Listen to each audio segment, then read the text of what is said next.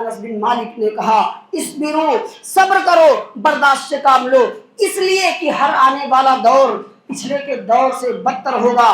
اور یہ میں اپنی طرف سے نہیں کہہ رہا، میں نے یہ بات تمہارے نبی جناب محمد رسول اللہ صلی اللہ علیہ وسلم سے سنی ہے۔ تو فتنوں کے اس دور میں برداشت سے کام لے، صبر سے کام لے، اپنے دین پر جمے رہے، اپنے دین میں کوئی کمپرومائز نہ کرے، اپنے ایمان میں کوئی سمجھوتا نہ کرے۔ اسی طرح سے اس آیت میں دوسری بات کہی گئی کہ نماز کے ذریعے سے مدد حاصل کرو۔ میرے بھائیوں، نماز کے تعلق سے جو غفلت ہمارے درمیان ہے، شاید ہی اتنی غفلت کسی اور چیز میں ہمارے درمیان ہو۔ ابھی رمضان کا مہینہ تھا، کم سے تقریباً ہر مسلمان نماز پڑھتا تھا، تقریباً 70% مسلمان نمازی تھا ہی تھا، لیکن جیسے عید کی نماز ہوئی مسلمانوں نے مسجدوں کا راستہ بھلا دیا، مسلمان مسجدوں کا راستہ بھول گئے۔ یہ نماز اتنی آسان چیز نہیں ہے میرے بھائیوں، اس کو اتنے ہلکے میں نہ لو۔ آپ دیکھیں اللہ کے نبی صلی اللہ علیہ وسلم کو طائف میں مارا گیا، لہو لہان کیا گیا، آپ نے بد دعا نہیں دی۔ آپ کی بیٹی حضرت زینب کو مار دیا گیا، شہید کر دیا گیا، آپ نے بد دعا نہیں کی۔ آپ کے چچا حضرت حمزہ کو شہید کر دیا گیا، آپ نے بد دعا نہیں کی۔ لیکن غزوہ خندق کے موقع پر جب کفار کی وجہ سے آپ صلی اللہ علیہ وسلم کی عصر کی نماز چھوٹ گئی تو اللہ کے رسول صلی اللہ علیہ وسلم نے ان کے حق میں بد دعا کر دی کہ اللہ تعالیٰ ان کو تباہ و برباد کر دے۔ میرے بھائیوں، صلاۃ خمسہ کی پابندی کرو، نماز کی پابندی کرو، کیونکہ یہی کامیابی ہے اور یہی فتنوں سے بچانے والی سب سے بڑی چیز ہے۔ اللہ کہتا ہے ان الصلاۃ تنہی عن الفحشاء والمنکر، بے شک نماز تمام طرح کی برائیوں سے اور فحش و منکرات سے روکتی ہے۔ تو نماز کی پابندی کرو فتنوں کے اس دور میں۔ اسی طرح سے ساتواں چیز، ساتواں کام جو ہمیں اور آپ کو فتنوں کے اس دور میں کرنا ہے وہ یہ ہے کہ علماء سے اپنا تعلق مضبوط کریں، علماء سے تعلق قائم کریں۔ دین کے مسائل میں کوئی بھی دین کے سلسلے میں کوئی بھی مسئلہ آئے تو آپ علماء سے جا کر کے اس مسئلے کو پوچھیں۔ اللہ تعالیٰ قرآن کریم میں کہتا ہے وَإِذَا جَاءَهُمْ أَمْرٌ مِّنَ الْأَمْنِ أَوِ الْخَوْفِ أَذَاعُوا بِهِ وَلَوْ رَدُّوهُ إِلَى الرَّسُولِ وَإِلَىٰ أُولِي الْأَمْرِ مِنْهُمْ لَعَلِمَهُ الَّذِينَ يَسْتَنبِطُونَهُ مِنْهُمْ۔ اللہ کہتا ہے اے ایمان والو، تمہیں کیا ہو گیا ہے کہ جب تمہارے پاس کوئی خبر آتی ہے، سچی ہو یا جھوٹی، تم اس کو پھیلانے لگتے ہو۔ وَلَوْ رَدُّوهُ إِلَى الرَّسُولِ وَإِلَىٰ أُولِي الْأَمْرِ مِنْهُمْ لَعَلِمَهُ الَّذِينَ يَسْتَنبِطُونَهُ مِنْهُمْ۔ اگر تم رسول کی طرف رجوع کرتے، اپنے علماء کی طرف رجوع کرتے جو مسائل کی باریکی کو سمجھتے ہیں، تو وہ صحیح مسائل تک، صحیح فیصلے تک پہنچتے۔ میرے بھائیوں، قرآن کریم علماء کی طرف رجوع کرنے کا حکم دیا گیا ہے، حکم دیتا ہے، مگر افسوس ہوتا ہے کہ دین کے سلسلے میں علماء کا جو حق ہے آج ہم نے وہ حق ہر کسی کو دینا شروع کر دیا ہے۔ کبھی ایسا نہیں ہوا کہ آپ کا بچہ بیمار ہو اور آپ اس کو علاج کے لیے انجینئر کے پاس لے جائیں، کیونکہ آپ جانتے ہیں انجینئر کے پاس انجینئرنگ ہے، ڈاکٹر کا علم نہیں ہے۔ کبھی ایسا نہیں ہوا کہ انجینئر سے ڈاکٹر کا کام لیا گیا ہو، ڈاکٹر سے انجینئر کا کام لیا گیا ہو۔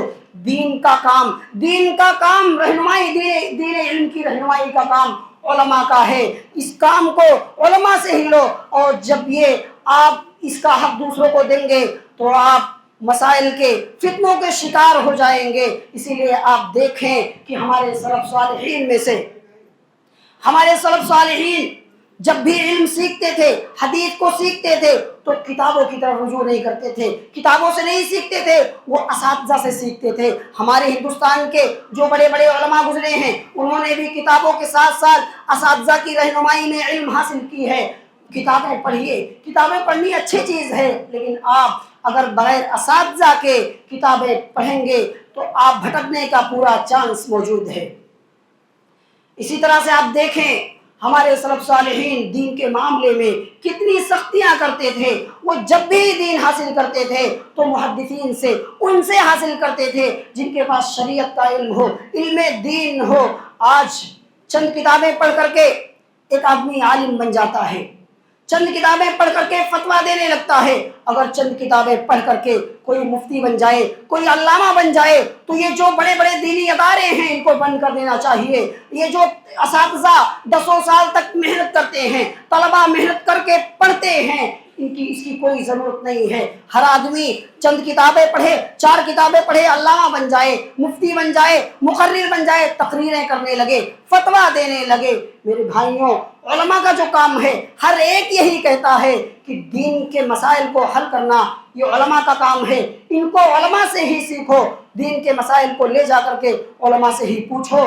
دین کا کام کرنا، دین کی رہنمائی کرنا سب کا کام ہے، صرف علماء کا نہیں ہے۔ لیکن دین کی باریکی کے بارے میں، دین میں فتویٰ لینا یہ صرف علماء کا کام ہے۔ اور علماء میں بھی جو جید علماء ہوں، علماء کے فہم کی قدر کرو، علماء سے تعلق مضبوط کرو۔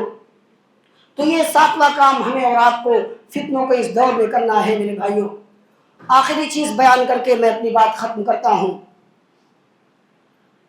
کہ فتنوں کے اس دور میں جہاں ہمارے ہندوستان میں بہت سارے فتنے ہیں، وہیں ایک فتنہ ارتداد کا بھی ہے۔